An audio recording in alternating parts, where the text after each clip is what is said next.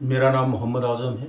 आज share market की जानकारी वाले वीडियो की कड़ी में हम जिक्र करेंगे लार्ज कैप, मिड कैप या स्मॉल कैप क्या होते हैं, इनमें क्या अंतर है। कैपिटलाइजेशन या बाजार पूंजीकरण के आधार पर किन्हीं शेयर्स को हम 3 भागों में बांट देते हैं। सबसे पहले नंबर पर लार्ज कैप आते हैं। ये आमतौर पर 20,000 या उससे ऊपर के बाजार पूंजीकरण वाली बाजार पूंजीकरण को कैसे हासिल करते हैं, या आप ऐसे समझ लीजिए कि मान लीजिए किसी कंपनी के 1 करोड़ शेयर हैं और उसका मार्केट रेट 20 रुपये प्रति शेयर है। कंपनी होती है, मार्केट में शेयर की संख्या को मार्केट रेट से जब गुणा करते हैं तो हमें बाजार पूंजीकरण प्राप्त हो जाता है। ये वो कंपनी होती हैं जो आमतौर पर स्टेबल होती हैं, इनका रेट भी स्टेबल होते हैं, रिज़ल्ट भी बढ़िया आते हैं। निवेश करने पर रिटर्न थोड़ा कम मिलता है क्योंकि ये स्थिर रेट वाली कंपनी होती हैं, धीरे धीरे इनमें बढ़त आती है। सबसे कम रिस्क लेने वाले शेयर्स यही होते हैं, इनमें रिस्क बहुत कम होता है। इस तरह की कुछ कंपनियां हैं जैसे रिलायंस ग्रुप की कंपनी हो गई, अडानी ग्रुप की कंपनी हो गई, TCS हो गई, इन्फोसिस, BHEL वगैरह, ये सब लार्ज कैप कंपनीज़ में आती हैं। इसके बाद दूसरी कैटेगरी होती है मिड कैप की। इनमें वो कंपनियां आती हैं जो 5,000 करोड़ से लेकर 20,000 करोड़ के मार्केट कैप वाली कंपनियां होती हैं। इनके रेट वॉलेटाइल होते हैं, तेज़ उतार चढ़ाव होते हैं। इनमें इन्वेस्ट करने पर निवेशकों को तेज़ी से रिटर्न भी प्राप्त होते हैं। उसी हिसाब से इनमें निवेश करना थोड़ा रिस्की काम होता है। ये वो कंपनी होती हैं जो लार्ज कैप कंपनियों की, जो किसी सेक्टर की लार्ज कैप कंपनी के मुकाबले में उनके प्रोडक्ट थोड़े कम चल रहे होते हैं, मगर उनमें संभावनाएं होती हैं कि वो आगे चलकर अपने विस्तार और निवेश के ज़रिए लार्ज कैप कंपनी में तब्दील हो सकती हैं।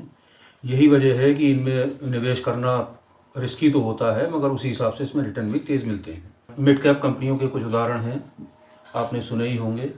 बजाज इलेक्ट्रिकल्स, आरती ड्रग्स, अनुपम रसायन, आलोक इंडस्ट्रीज़, ये कुछ एग्जाम्पल हैं जो मिड कैप कंपनीज़ के हैं। मिड कैप कंपनीज़ वो होती हैं जिन्होंने बाज़ार में अपने आप को स्थापित तो कर लिया होता है, मगर वो उसी सेक्टर की लार्ज कैप कंपनी के मुकाबले में अभी पीछे होती हैं, मगर उनमें विस्तार की संभावनाएं बाकी होती हैं।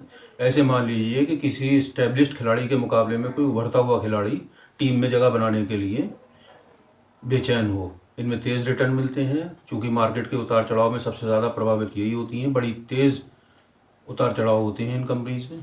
तीसरे नंबर पर आते हैं स्मॉल कैप। ये आमतौर पर 5,000 करोड़ से नीचे के मार्केट कैप वाली कंपनियां होती हैं। मोस्टली ये नई कंपनीज़ होती हैं।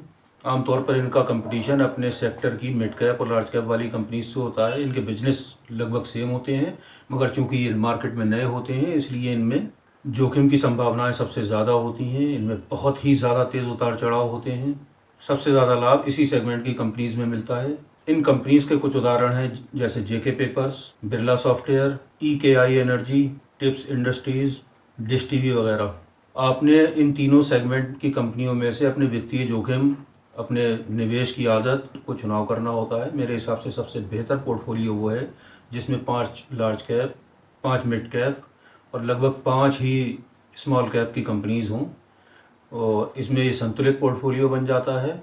कुछ शेयर हैं जो आपको स्थिर और लगातार लाभ देते हैं, कुछ में तेज़ उतार चढ़ाव का आपको फ़ायदा मिल जाता है, कुछ में उभरती हुई कंपनीज़ के कारण जो मार्केट में जगह बना रही होती हैं उनके कारण आपको रिटर्न अच्छे मिल जाते हैं और एक संतुलित पोर्टफोलियो आपका तैयार हो जाता है। अगर आप जोखिम नहीं उठाना चाहते और थोड़े कम लाभ पर भी समझौता कर लेते हैं तो लार्ज कैप कंपनीज, इनमें लिक्विडिटी ज़्यादा होती है, इनमें वॉलीटिलिटी बहुत कम होती है, यानी उतार चढ़ाव इतने ज़्यादा नहीं होते जितने बाकी दोनों सेगमेंट की कंपनीज में होते हैं।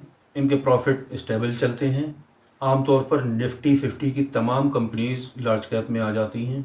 इसके अलावा एक चौथी कैटेगरी भी हम बना सकते हैं जिसे हम माइक्रो कैप कह सकते हैं। इसमें वो कंपनी आती हैं 1 करोड़ से 100 करोड़ के बीच की कंपनीज माइक्रो कैप में डाल सकते हैं। अब ये आपने देखना है कि आपने इन तीनों में से किस सेगमेंट में, किस शेयर में, किस सेगमेंट में कितने शेयर्स का चुनाव करना है। ये आपके अपने निवेश के मूड के अनुसार होता है कि आपने कौन सी कंपनी चुनना है।